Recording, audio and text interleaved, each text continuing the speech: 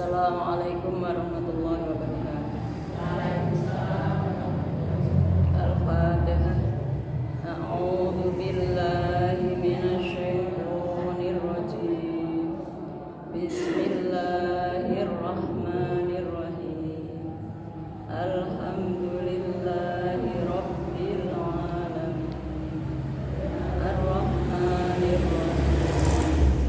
Maliki yaumiddin. Iyyaka na'budu wa iyyaka nasta'in. Ihdinas siratal mustaqim.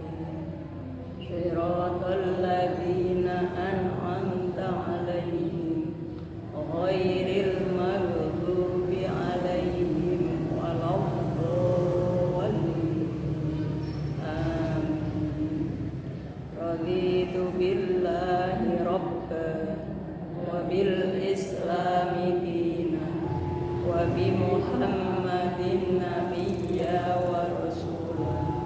Rabbi zidni ilma warzuqni fahma. Rabbi shrah sadri wa yassir li amri wahlul 'uqdatam min lisani yafqahu qawli. Alhamdulillahilladzi arsala rasulahu bil huda wa dinil haqq liyudhhirahu 'ala dini kulli wa kafa billahi shahida. Asyhadu an la ilaha illallah wa asyhadu anna Muhammadan abduhu wa rasuluh. Allahumma shalli 'ala Muhammad wa 'ala ali Muhammad kama shallaita 'ala Ibrahim wa ali Ibrahim wa barik 'ala Muhammad wa ala ali Muhammad kama barakta ala Ibrahim wa ali Ibrahim innaka Hamidum Majid. Alhamdulillah, marilah kita panjatkan rasa syukur kita kehadirat Allah Subhanahu wa taala bahwasanya di pagi yang cerah ini kita banyak diberi nikmat. Yang salah satunya adalah nikmat sehat, sehingga pada pagi hari ini kita bisa bersilaturahim dengan niatan Bismillahirrahmanirrahim, la haula wala quwata illa billah. Kita akan mengkaji bersama yang mudah-mudahan ada nilai tambah untuk pagi hari ini untuk kita semua. Amin. Salawat serta salam selalu kita sampaikan kepada junjungan Nabi besar Muhammad sallallahu alaihi wasallam beserta keluarga, sahabat, yang insyaallah dengan membaca sholawat tersebut di yaumul qiyamah nanti kita akan mendapatkan syafaat darinya, tentunya dengan izin Allah Subhanahu wa taala. Bismillahirrahmanirrahim. Sallallahu al-yaqini wal mu'afatan fama utiya ahadun ba'dal yaqini khairum minal mu'afah.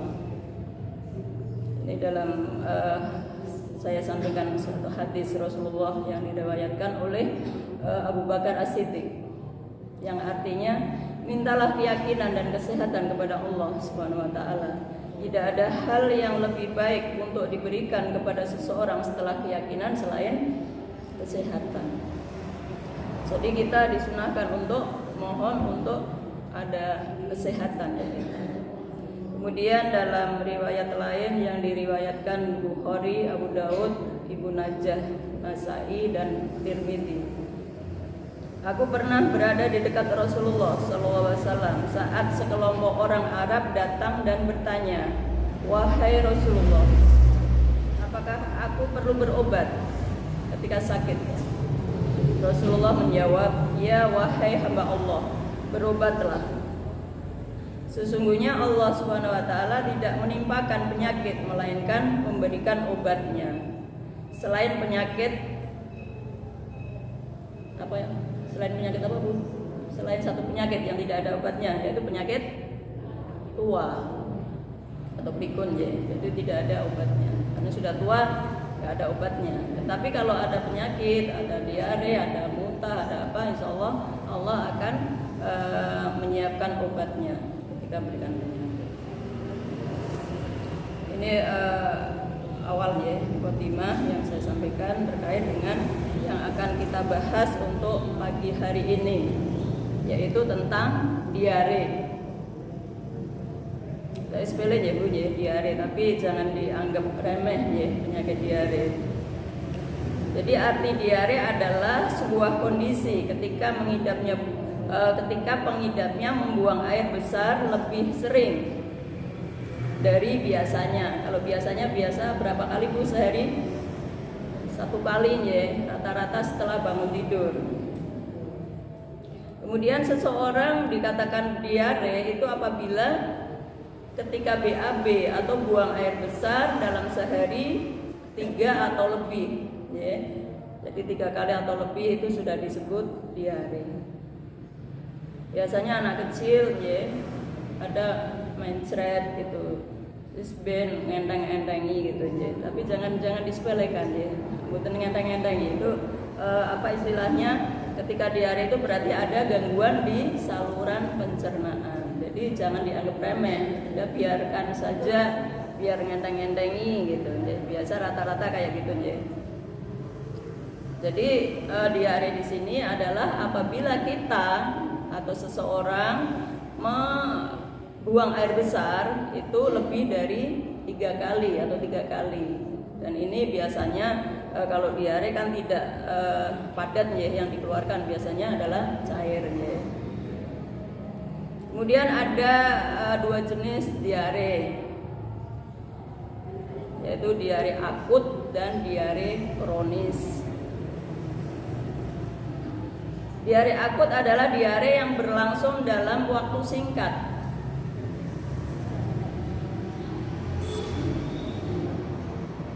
Biasanya berlangsung cuma sehari 2 hari ya.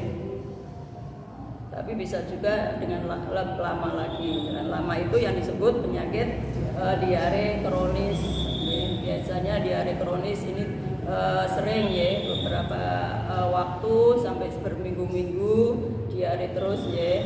Dan ini sering terjadi pada penyakit tertentu. Misalnya seseorang mengidap penyakit HIV ya. HIV diantaranya adalah keluhannya diare yang setiap hari terus menerus, yaitu penyakit diare kronis ya. Karena pada orang yang mengidap HIV/AIDS itu kan daya tahan tubuhnya lemah ya.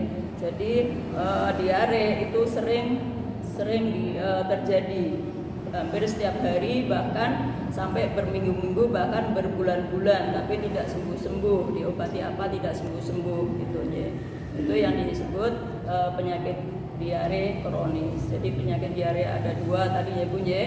Diare akut yang itu terjadi pada sehari 2 hari, dan juga ada diare kronis yang itu disertai dengan mengidap penyakit tertentu ya. Kemudian faktor risiko.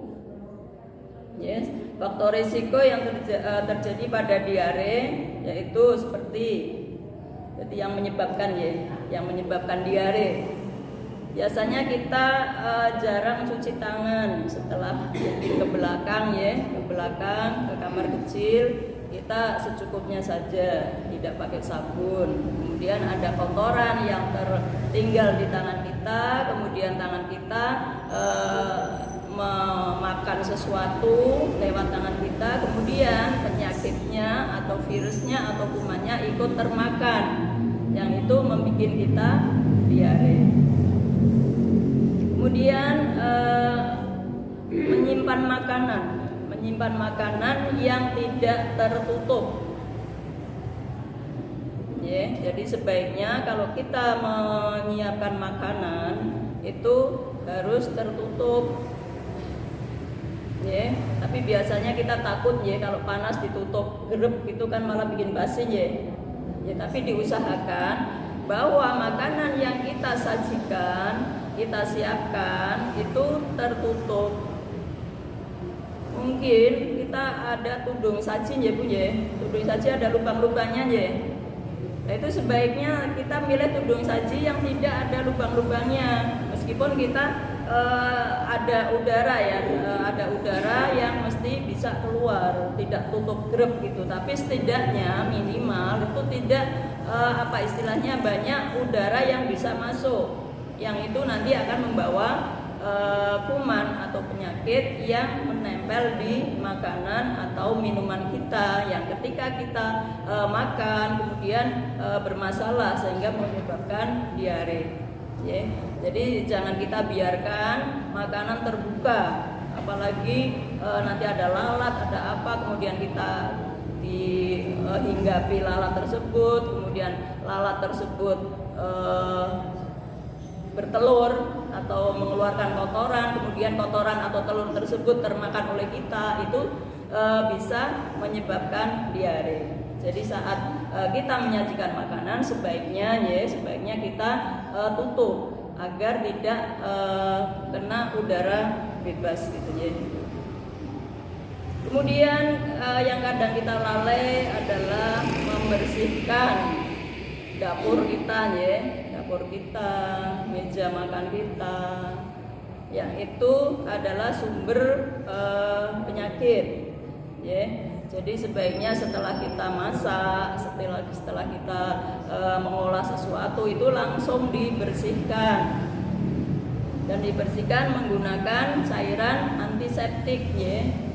Banyak produk antiseptik ya, ada sabun, ada kemudian apa itu merek, ada Waipol dan sebagainya itu ya. Itu sebaiknya kita lap dengan antiseptik, tidak sekedar dilap tok kemudian terlihat bersih tapi kumannya masih ada tertinggal, tapi kita bersihkan dengan cairan antiseptik yang bikin kuman yang menempel di dapur kita, di meja makan kita itu terbebas, sudah mati gitu ya.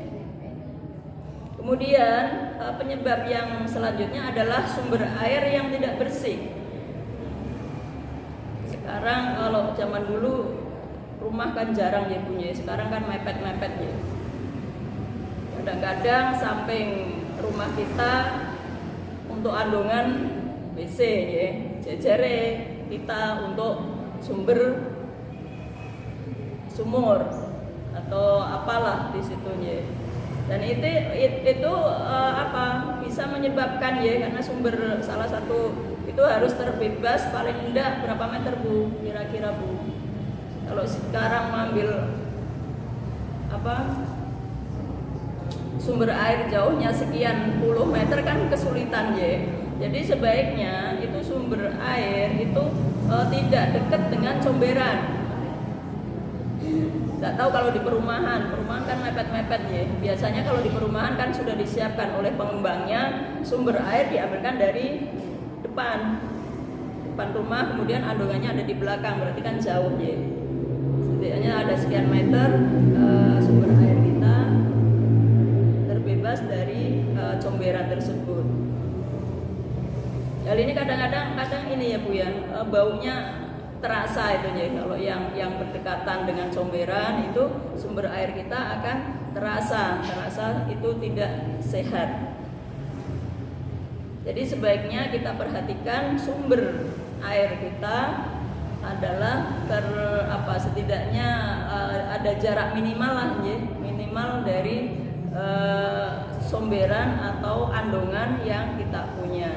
Jadi kalau yang berdekatan ya sebaiknya ambil yang di luar, maksudnya di depan rumah kita kan jauh dari andongan kita. Kemudian ada makanan sisa yang sudah dingin ya, biasanya kita ibu-ibu, emak-emak ya sayang kalau dibuang, simpen ya. Jadi usahakan ketika ada makanan sisa, yang jelas makanan sisa kan kita sudah makan sudah terurai, dalam artian tidak terbungkus ya kan, sisa makan disimpan lagi gitu. Tapi usahakan ketika ada makanan sisa kita sudah yakin bahwa makanan tersebut tidak terkontaminasi dengan kuman atau udara yang tidak sehat. Boleh, karena kita tidak boleh memubadhirkan makanan. Jadi kita tetap jangan dibuang selagi makanan tersebut tidak basi ya. Kita tetap openi ya, kita untuk nanti lagi, karena misalnya untuk dimakan sekarang sudah kekenyangan juga mudarat ya Bu ya, tidak boleh ya. Jadi kita siapkan, kita perhatikan ketika ada makanan sisa, kita siapkan, kita simpan baik-baik agar nanti suatu saat ketika kita akan memakan lagi, kita yakin bahwa makanan tersebut adalah masih layak untuk dimakan. Ya, jadi perhatikan itu. Jadi ketika kita kadang-kadang kan dibuang sayang ya, dibuang sayang, dan itu pun tidak diajarkan di agama kita untuk memubadirkan makanan, karena memubadirkan makanan termasuk apa Bu? Temannya syaitan ya. Nah, itu kita tetap perhatikan agar makanan sisa yang akan kita konsumsi lagi itu dalam kondisi sehat atau bersih atau layak kita makan dan tidak menyebabkan penyakit di hari tersebut. Kemudian kita selalu harus untuk cuci tangan. Ya, kita kemarin rame-rame ada COVID, itu salah satunya adalah kita minimal sekali untuk cuci tangan. Ya, cuci tangan tidak sekedar cuci ya Bu, ya, sebaiknya menggunakan sabun atau antiseptik yang banyak di pasaran ya, karena dengan diberi sabun ketika kita cuci tangan itu kuman-kuman yang menempel di tangan kita itu kumannya akan mati atau larut ya dengan air mengalir. Jangan misalnya kadang-kadang kan kita disiapkan ya oleh pedagang atau peluban atau apa itu kan di baskom ya, kita satu orang cuci tangan di situ, nanti berikutnya cuci tangan di situ. Ketika ada kuman pertama masuk, berarti rame-rame kena kuman semua. Ya. Jadi kalau nun sewu ya, untuk ibu-ibu yang berdagang itu sebaiknya menyiapkan cuci tangannya adalah air yang mengalir. Kita pakai ember, kita lubangin, kemudian kita repot sedikit lah, tapi untuk kesehatan kita semua ya. Jadi kita lubangi biar nanti ketika cuci tangan pakai air mengalir, air bersih, bukan air bekas orang banyak. Ya. Kan rata-rata gitu ya, kita siapkan di baskom, kemudian asal basah aja kita untuk makan. Tapi kita lupa bahwa di situ adalah salah satu sumber penyakit yang salah satunya bisa menyebabkan diare. Ya Bu ya. Jadi ketika kita cuci tangan itu kan ada ajaran yang sudah booming untuk kemarin ya, cara cuci tangan ya. Cara cuci tangan kan biasa sudah disosialisasikan oleh petugas kesehatan di mana-mana ya, baik di pasar, di rumah sakit, di sekolahan, di apa kan. Kita cuci tangan dengan benar. Yaitu disingkat dengan apa Bu? Tepung selasi ibu. Jadi telapak tangan, kemudian punggung, sela, kunci di sini tujuannya bukan kunci sekedar kunci, tapi nyuci di ujung kuku kita.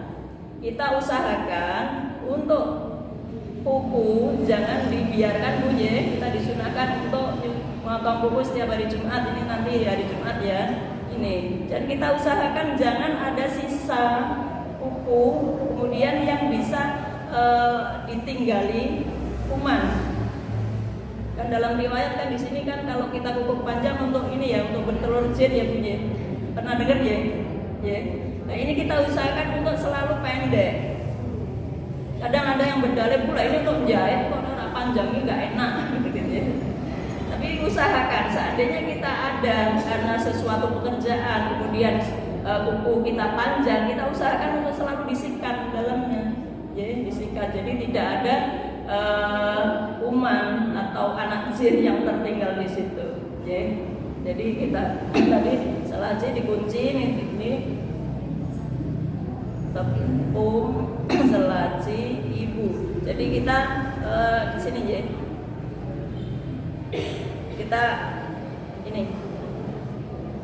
Kemudian kita kosok-kosok lagi di ujung jari kita. Jadi tepung selasi ibu. Telapak tangan, punggung, sela, kunci, ibu jari, ujung kuku.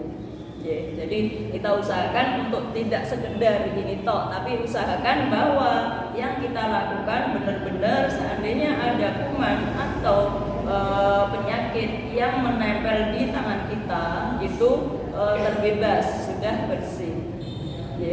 Dan kita tahu bahwa tangan adalah media atau sarana yang bisa menularkan beberapa penyakit. Dengan demam, misalnya kita ada yang itu lagi uang ya Bu, uang dari tangan satu ke tangan yang lain gitu ya. Untuk hati-hatinya itu kadang-kadang kalau sayang Bu, uang tak semprot pakai antiseptik ya. biar aman gitu ya. Jadi kita karena tangan kita adalah media kemana-mana, kita usahakan tangan untuk selalu bersih. Kemudian apabila kita habis megang misalnya di pasar ya Bu, ada pindang, ada apa, biasanya kita ambil pindang dilap aja gitu ya. Ibu-ibu yang berbahagia, untuk faktor risiko yang kedua adalah penyimpanan dan persiapan makanan yang tidak bersih. Perlu kita ketahui bahwa untuk makanan atau mempersiapkan makanan dan penyimpanan itu harus kita siapkan sebersih mungkin ya. Jadi tidak diletakkan di sembarang tempat ya. Kalau misalnya ada di dapur kita ya, mau dimasak, kemudian kita simpan, kita siapkan, itu kita sebaiknya kita tutup ya, agar terhindar dari kuman-kuman atau yang bisa menyebabkan penyakit. Kemudian yang tidak kalah penting juga adalah kita jarang membersihkan dapur dan toilet, karena ini kaitannya dengan misalnya dapur ya, kemudian dapur yang kotor, kemudian kita memasak makanan, itu kan risiko bahwa apa yang kita masak tidak hygiene, tidak bersih ya. Meskipun kita tahu kita masak ya kita panasi, tapi ketika kita sudah masak, kemudian kan tentu saja dipindah di tempat yang akan kita sajikan, itu sebaiknya itu ya dapur kita bersih, jadi tidak ada lalat atau serangga apa yang bisa menempel atau menularkan penyakit melalui makanan yang akan kita hidangkan. Kemudian toilet juga, toilet setelah kita buang air itu sebaiknya diguyur, kemudian setiap saat kita bersihkan, kita sikat ya, karena itu bisa saja ketika kita habis buang air kemudian tidak diguyur dengan baik, tidak bersih, tidak maksimal, itu bisa saja kotorannya itu bisa terbang kemana-mana dan itu menempel di makanan yang akan kita makan.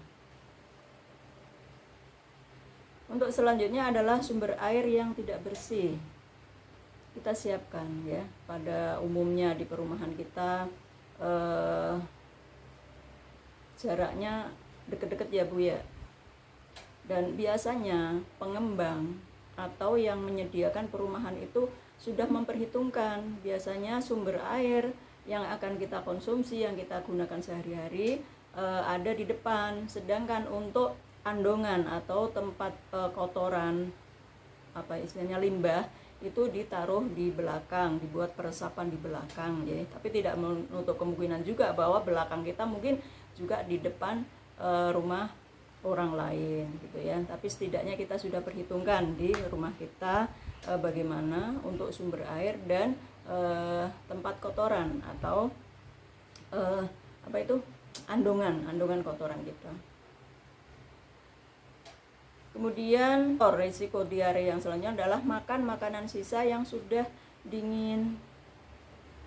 Jadi alangkah baiknya apabila kita ada sisa makanan, meskipun kita tidak disarankan ya, tidak direkomendasikan untuk seandainya kita makan tidak habis kita buang, tidak. Tapi ketika makanan yang sisa kemudian untuk dikonsumsi lagi, itu usahakan kita perhitungkan juga bahwa makanan tersebut tidak basi dan tidak tercemar oleh kuman ataupun kotoran lain yang bisa menyebabkan diare. Jadi kita tutup, seandainya pun bisa ditempatkan di kulkas ya, kita taruh di kulkas. Untuk selanjutnya untuk makanan-makanan tertentu bukan sayur ya, itu bisa dihangatkan kembali. Kadang-kadang juga kita tidak mencuci tangan dengan sabun, itu juga bisa menyebabkan atau salah satu faktor resiko terjadinya diare. Jadi sebaiknya kita cuci tangan, kita siapkan di situ ada sabun, sehingga kita pakai sabun ketika sudah makan ataupun akan makan ya. Jadi cuci tangan kita siapkan sabun. Kalau cuci tangan tidak pakai sabun ya sama saja kita memperbanyak kuman yang ada, kita ratakan di tangan kita ya. Jadi sebaiknya kita cuci tangan harus dengan sabun. Sampai di sini ada yang ditanyakan Ibu? Oke, kita lanjutkan ya. Kita lanjutkan tentang penyebab diare. Apa sih penyebab diare di sini? Di antaranya adalah, salah satunya adalah bakteri dari makanan atau air yang terkontaminasi. Bakteri banyak ya Bu ya, dan kita tahu bahwa kondisi tanah kita, sumber air kita juga tidak bersih. Kalau kita dulu mendengarkan orang-orang tua dulu bahwa mereka mengkonsumsi langsung dari sumur, langsung dipakai untuk minum ya. Dan ini untuk saat ini tidak disarankan, karena di situ kita tahu bahwa dikhawatirkan bahwa air yang belum dimasak itu mengandung bakteri atau kuman yang bisa menyebabkan diare. Jadi sebaiknya kita menyediakan makan atau air minum itu diusahakan tidak terkontaminasi, sudah dimasak ya airnya ya. Makanan juga tidak makan misalnya makanan itu seperti makanan yang untuk lalap dan sebagainya, kita pastikan bahwa itu adalah bebas dari penyakit ya. Kemudian juga virus ini adalah bisa ditularkan lewat kita hubungan atau berbicara antar satu orang dengan yang lain. Dan ini biasanya flu ya, seperti kemarin kita rame-rame ada COVID, itu kan juga disebabkan oleh virus, yaitu penularannya lewat udara, droplet infection, yaitu antara kita bicara gitu kita bisa tertular. Kemudian juga parasit ya, ini merupakan organisme kecil yang ditemukan dalam makanan atau air yang terkontaminasi. Ini di situ selain tadi ada bakteri, ada virus, juga ada parasit di sini ya. Kemudian intoleran atau sensitivitas terhadap makanan seperti laktosa dan fruktosa. Jadi ada orang-orang tertentu yang alergi terhadap makanan, ketika makan akan menyebabkan diare di situ ya. Jadi orang tersebut tidak toleransi terhadap makanan tertentu. Kok misalnya kita tidak biasa pagi-pagi minum susu, kemudian minum susu diare, itu berarti orang tersebut tidak toleran, jadi tidak tahan ya dengan makanan tersebut. Kemudian juga ada juga orang yang ketika makan ketan ya Bu ya, ketan itu juga kadang-kadang pada orang-orang tertentu tidak kuat, langsung diare. Jadi kita kita ingat-ingat ya, kita ingat-ingat makan apa yang bisa menyebabkan diare sebaiknya kita hindarkan ya. Kemudian juga alergi makanan juga bisa ya, seperti tadi intoleran berarti tidak toleran terhadap makanan tertentu. Alergi ini hampir sama ya Bu ya, ketika makan makanan tertentu itu bisa menyebabkan diare. Kemudian ada juga efek samping dari obat-obatan tertentu yang bisa menyebabkan diare. Pada orang-orang tertentu itu minum obat, katakanlah obat antibiotik apa yang bikin kadang-kadang mules gitu ya. Ada orang-orang tertentu memang tidak semua bahwa obat yang dikonsumsi atau yang kita konsumsi itu aman. Itu tergantung dari masing-masing orangnya. Kadang-kadang juga minum antibiotik atau obat kanker ya, kemudian antasida juga bisa menyebabkan diare tersebut. Kemudian ada juga penyakit yang mempengaruhi lambung, usus kecil atau usus besar, seperti penyakit Crohn. Dan di sini ada penyakit yang bisa mempengaruhi kerja dari lambung tersebut yang bikin bukan alergi istilahnya, yang nggak tahan sehingga bisa menyebabkan diare. Ada juga itu ya, misalnya ada penyakit, ada orang-orang tertentu misalnya mereka mengidap hipertensi gitu ya. Hipertensi kadang-kadang ada orang-orang tertentu dengan ketika saat tensinya tinggi itu langsung mual, muntah, kemudian diare. Itu ada orang-orang tertentu seperti itu gitu ya.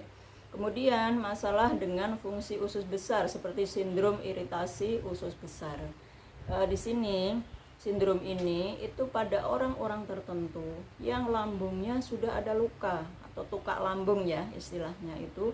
Kemudian dikasih makanan misalnya agak keras sedikit ya, terbuat dari cabai atau merica, itu langsung diare di situ ya. Kadang-kadang ada orang yang begitu makan langsung sakit perut, langsung diare, itu ada. Itu berarti kemungkinan saat diperiksa lambungnya ternyata ada luka atau ulkus atau disebut dengan tukak lambung. Kemudian ada juga penyakit yang menyebabkan tubuh menolak protein. Ada juga dengan mengkonsumsi protein tertentu itu tidak tahan, langsung diare. Ya Bu ya, itu adalah tadi penyebab diare ya. Kemudian di sini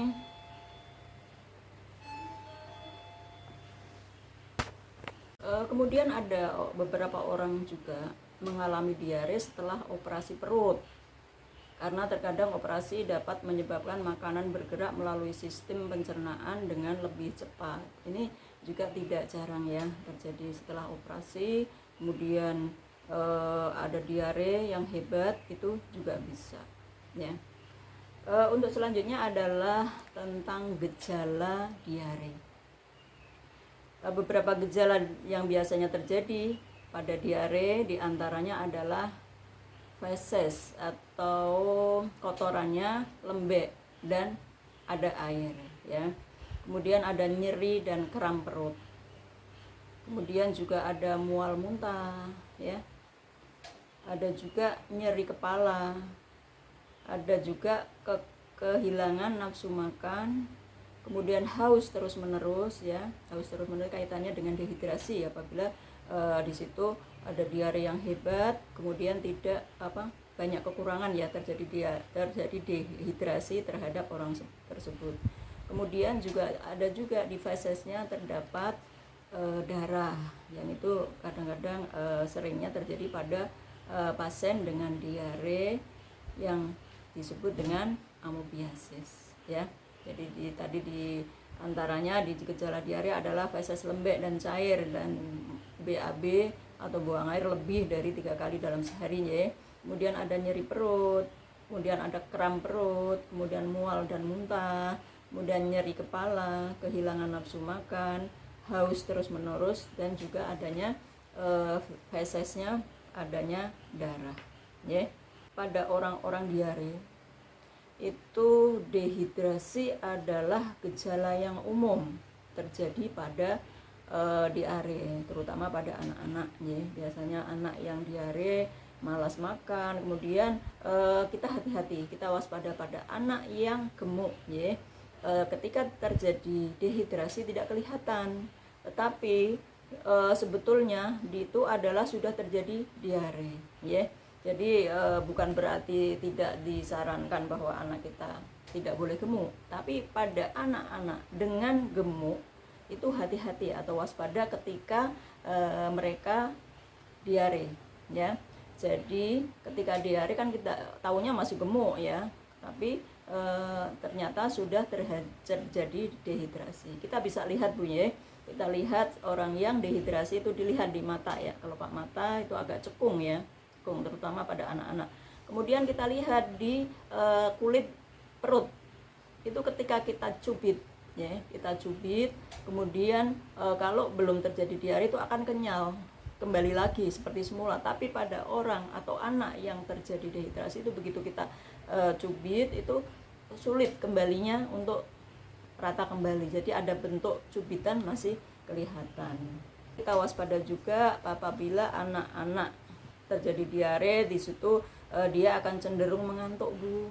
Ya, bukan jangan seneng ya ketika anak diare, udah tidur, sudah mending, tapi kita perhatikan ya, karena gejala dehidrasi itu anak akan merasa ngantuk, kemudian tidak respon, misalnya dia jadi antara tidur dan tidak itu ya Bu ya, ditanya diem, kemudian geramyang gitu ya bicaranya, itu hati-hati, berarti sudah terjadi dehidrasi. Kemudian ada mata cekung seperti tadi ya, kemudian kulit perut yang dicubit tidak kembali dengan cepat. Sedangkan dehidrasi pada orang dewasa diantaranya adalah adanya rasa kelelahan dan tidak bertenaga, lemes dedes gitu Bu ya, karena sudah banyak kehilangan cairan ya. Kemudian juga tidak ada nafsu makan, ada pusing, mulut kering, serta nyeri kepala.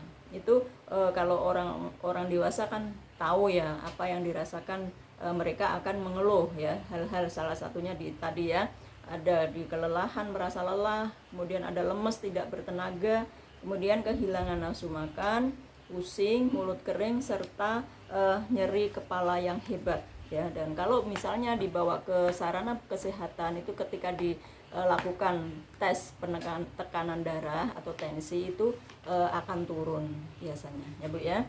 Kemudian diagnosa diare di sini ya, ketika orang terjadi diare kan biasanya kalau dibawa untuk dibawa ke sarana kesehatan akan didiagnosa ya, diagnosa di situ penyebab diarenya apa ya, bisa kolera, bisa amoebiasis atau yang lain ya. Di situ fesesnya akan diperiksa di laboratorium untuk mengidentifikasi infeksi yang terjadi pada pengidap atau ada orang yang diare tersebut. Kemudian pemeriksaan darah untuk mengetahui penyebab diare itu apa saja. Untuk selanjutnya adalah pemeriksaan tambahan seperti sigmoidoskopi, kemudian kolonoskopi, itu memasukkan alat ya di area saluran pencernaan. Di situ akan kelihatan penyebabnya apa, misalnya ada luka atau apa akan kelihatan. Kemudian untuk selanjutnya adalah komplikasi atau dampak dari diare itu apa saja gitu ya. Yang di sini disebutkan adalah terjadi dehidrasi ringan hingga berat. Kalau ringan dalam artian itu dia merasa haus dan sebagainya, tapi kalau sudah berat bisa terjadi shock ya, shock akibat dehidrasi ya Bu ya. Jadi di sini kadang-kadang anak-anak dibawa ke sarana kesehatan atau ke rumah sakit dalam kondisi sudah berat, shock berat ya. Di situ diantaranya mungkin penurunan badan lebih dari 10% ya, kemudian cekung yang sangat, kemudian tadi ketika diajak bicara tidak ada respon ya, kemudian dia akan lemes, tidak bertenaga, itu sudah terjadi dehidrasi berat. Kemudian juga ada sepsis Bu, misalnya beberapa hari dibiarkan anak diare, ternyata terinfeksi ya dengan diakibatkan oleh infeksi, itu nanti infeksinya akan kemana-mana ke seluruh tubuh, yang itu yang disebut dengan sepsis. Kemudian juga bisa komplikasi yang selanjutnya adalah malnutrisi ya, kekurangan nutrisi dari anak tersebut. Jadi anak tersebut akan kekurangan berat badan di situ karena makan jelas tidak mau atau tidak nafsu karena mualnya juga ya. Kemudian juga akan diare yang berlebihan bisa menyebabkan berat badan akan turun.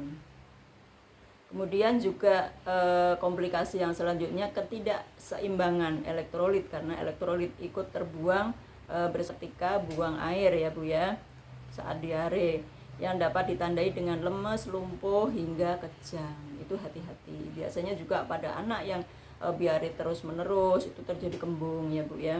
Kembung dikasih apa-apa kok enggak, itu ternyata untuk kaliumnya menurun ya, salah satu elektrolit ya di situ ya.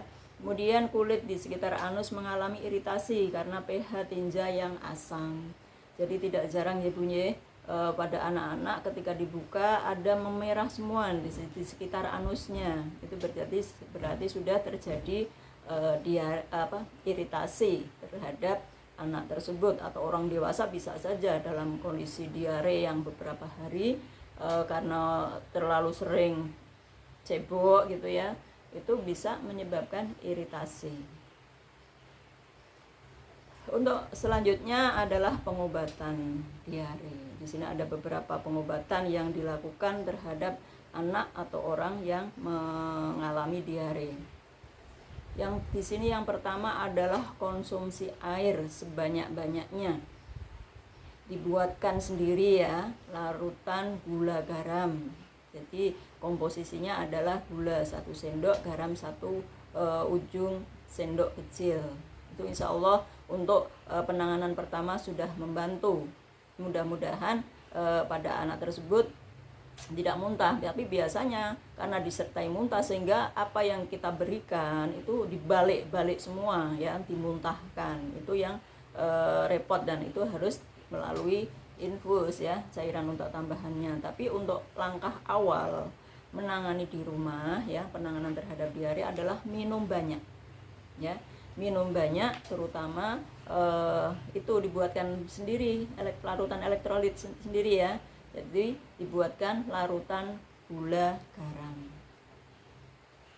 Kemudian pemberian obat yang dapat melawan infeksi atau bakteri ya.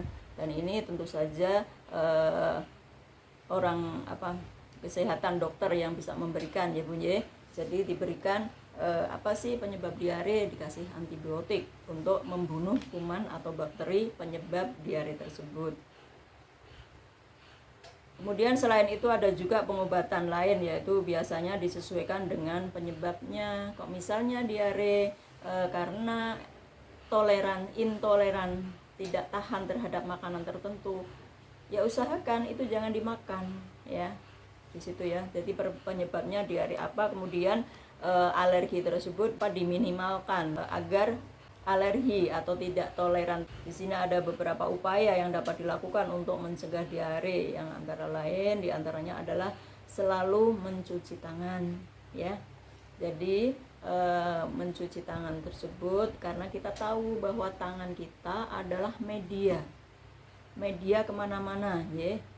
Dan itu kadang-kadang habis megang apa, kemudian kita langsung makan, kemudian apa-apa yang kita pegang, kemudian ada kumannya nempel di makanan kita, seandainya kita tidak cuci, kemudian kita makan, lah itu kumannya yang bisa menyebabkan diare. Jadi kita harus selalu cuci tangan ya. Jadi cuci tangan di sini diantaranya adalah sebelum dan setelah makan, kemudian setelah menyentuh daging mentah ya. Maka kita tidak jarang ya melihat kalau di pasar kan orang megang ada pindang, ada daging pegang, kemudian lupa kita ada makanan, kita langsung makan. Itu sebaiknya dihindarkan ya. Kemudian setelah dari toilet kita harus cuci tangan, yang tentu saja dengan pakai sabun ya Bu ya. Kemudian setelah bersin dan batuk, kadang-kadang kita tutup ya, ketika bersin kan gini, baiknya kita hindar gini, jangan gini berarti kan virusnya atau kumannya nempel di sini, kita lupa karena nggak berbentuk kan Bu. Virus atau apa itu nggak berbentuk, kemudian nempel di tangan, kita megang tangan makanan, kita makan, itu bisa menyebabkan diare. Kemudian mengkonsumsi makanan dan minuman yang sudah dimasak ya. Jadi sebaiknya kita makan makanan yang sudah dimasak hingga matang sempurna. Dalam artian kita tahu bahwa ketika sudah masak minuman sampai mendidih kira-kira 100 derajat ya, makanan pun juga sampai matang benar. Jangan ada yang keburu-buru kita makan, itu nggak matang nggak apa-apa kita makan, padahal di situ masih ada bakteri yang belum mati saat dimasak. Kemudian kita juga harus menghindari makanan atau minuman yang tidak terjamin kebersihannya. Dan ini mohon maaf, bisa ibu-ibu ada yang berjualan makanan di pinggir jalan, sebaiknya ditutup ya Bu ya, ditutup. Kemudian saat kita buka ketika orang menghendaki mau beli. Jadi kita modal sedikit lah, tapi untuk kesehatan kita semua ya Bu ya. Kemudian kapan sih ketika diare harus ke dokter? Di sini segera hubungi dokter untuk mendapatkan solusi terbaik jika mengalami gejala-gejala tersebut, apalagi bila diare sudah berlangsung selama beberapa hari. Jangan ditunggu-tunggu lagi anak-anak, biar gitu, untuk ngenteng-ngentengi gitu ya, seperti tadi di awal saya sampaikan, jangan sampai segitu ya Bu ya. Jadi kita harus waspada karena tidak sedikit orang atau anak tidak tertolong nyawanya gara-gara diare. Kayaknya sepele ya Bu ya, diare bisa menyebabkan mati, tapi itu nyatanya iya bisa, dengan dehidrasi kemudian shock dan bisa terjadi kematian disebut ya. Jadi jangan ragu untuk bertanya kepada dokter untuk konsultasi ke sarana kesehatan bagaimana anaknya ketika mengalami diare. Dan di situ nanti dokter akan mempertimbangkan atau sudah menghitungkan ini perlu di antibiotik atau enggak, itu sudah diperhitungkan oleh dokter gitu ya. Mungkin itu saja yang bisa saya sampaikan, mudah-mudahan manfaat Ibu ya untuk kita bersama, terutama untuk saya sendiri. Ada yang perlu dibahas Bu? Oke, kalau tidak ada, marilah kita akhiri di kajian pada pagi hari ini. Kita baca doa kafaratul majlis bersama. Bismillahirrahmanirrahim. Subhanakallahumma wa bihamdika asyhadu an la ilaha illa anta astaghfiruka wa atubu ilaik. Kurang lebihnya mohon maaf. Wassalamualaikum warahmatullahi wabarakatuh.